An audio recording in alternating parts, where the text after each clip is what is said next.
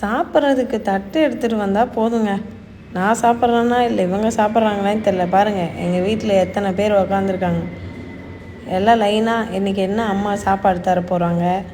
அவங்களுக்கு தனியாக சாப்பாடு நான் அதை பிளேட்டில் வச்சுருவேன். அதெல்லாம் சாப்பிட மாட்டாங்க. இங்கே வந்து நான் கொடுக்குறது தான். அது வெஜிடபிளோ நான்வெஜ்ஜோ எது கொடுத்தாலும் சரி சாப்பிட்ணும். பெர்ஷியன் கேட்டால் இருந்தால் அவ்வளோதான். இதெல்லாம் சாப்பிட்டு அடிக்கடி ஹாஸ்பிட்டல் செலவு பண்ணணும். இந்தியன் தாங்க பெஸ்ட்டு. எது கொடுத்தாலும் சாப்பிடுவாங்க, ஜாலியாக சுற்றுவாங்க. எது சாப்பிட்டாலும் சேரலையா உடனே போய் புல்லை சாப்பிட்டு வந்து செரிச்சுக்குவாங்க. பாருங்கள், என்னை சாப்பிட விட்றாங்களா, எது சாப்பிட்டாலும் எப்படி இருந்தாலும் பிடுங்கி சாப்பிட்றணும். அவங்களோட பழக்கமே அதுதான். ஆனால் நான் தனியாக பிசைஞ்சு எண்ணெய் வச்சாலும் அவங்களுக்கு பிடிக்க மாட்டேங்குது. நான் கையில் கொடுக்கணும், நான் பக்கத்தில் உட்காந்து சாப்பிட்ணுன்னு ரொம்ப எதிர்பார்க்குறாங்க.